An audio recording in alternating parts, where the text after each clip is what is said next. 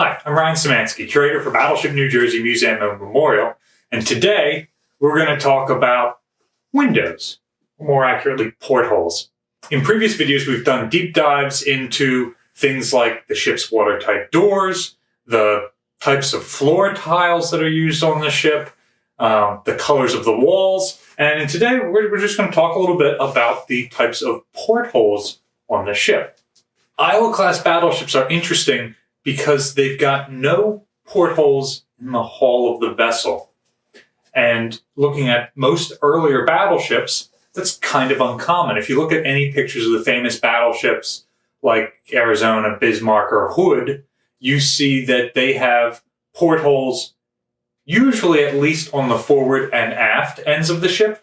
Oftentimes the middle of the ship where the armored belt is does not have portholes. Obviously you can't put a window in there. So if they have armor there, especially upper belts like Hood has, you're not going to see portholes there, but you'll still see them at the forward and aft ends of the hull, which are relatively unarmored. Iowa-class battleships do not have that, which is where most of the enlisted berthing is, forward and aft of the armored citadels on second and third decks. So these guys just don't have portholes for light or ventilation in their berthing compartments. Iowa-class battleships do have at least 3 different sizes of porthole in the superstructure. We're up here on the 08 level with what I consider to be the medium-sized porthole. There are also some larger-sized ones, which tend to show up in officer staterooms on the 01 and 02 levels. And there are some like real small, or more like viewports than portholes that show up in a couple of places around the ship. Even ships that were built with portholes in the U.S. Navy prior to World War II tended to have them blanked over during the war. The Navy intentionally reduced the number of through-hull openings in their ships. And I'm not sure if this is related to any combat experience in particular that they had. I don't know of any occasions of a ship's porthole being shot through and leading to the loss of the ship or anything like that. But you see a number of ships which were built with portholes in the hull and berthing compartments, having them blanked over during the war. In some instances, these are even reinstalled post-war.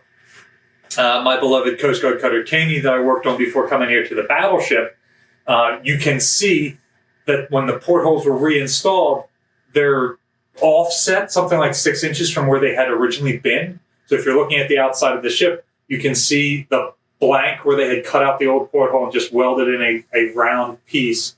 And you can see where they then cut out another round place to weld in the post-war portholes. And sure enough, looking at pictures of the ship pre-war, during the war, and post-war, you can see portholes, no portholes, and portholes again. Navy ships tended to not get the portholes reinstalled. Most pre-war Navy ships just weren't put back into service post-war, or they were taken out of service at the end of the war and never returned to service. But the Iowa-class battleships have a very, very good reason not to have portholes in the hull. Much like the preceding South Dakota-class battleships, they have an internal armored belt. With an internal armored belt and the holding bulkhead behind it, there aren't any, you can't put a porthole in. You put a porthole in on your interior bulkhead and it's just looking into about a 6-foot deep dark void space with then the shell plating on the outside. So it seems like Iowa-class battleships do not have portholes for 2 reasons. 1, it doesn't fit the type of armor design they have.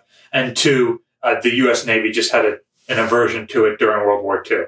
Above the main deck, like in the superstructure, as you can see here, it's another story entirely.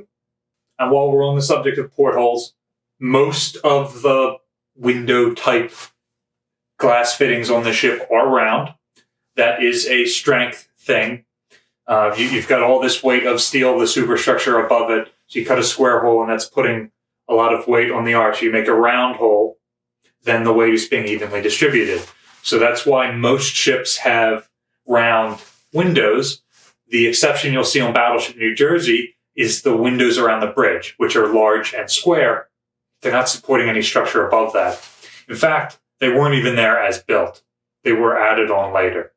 Just about all of the windows on this ship can be opened in some way. For the portholes, they tend to either swing up and be chained or swing to the side and be chained in place.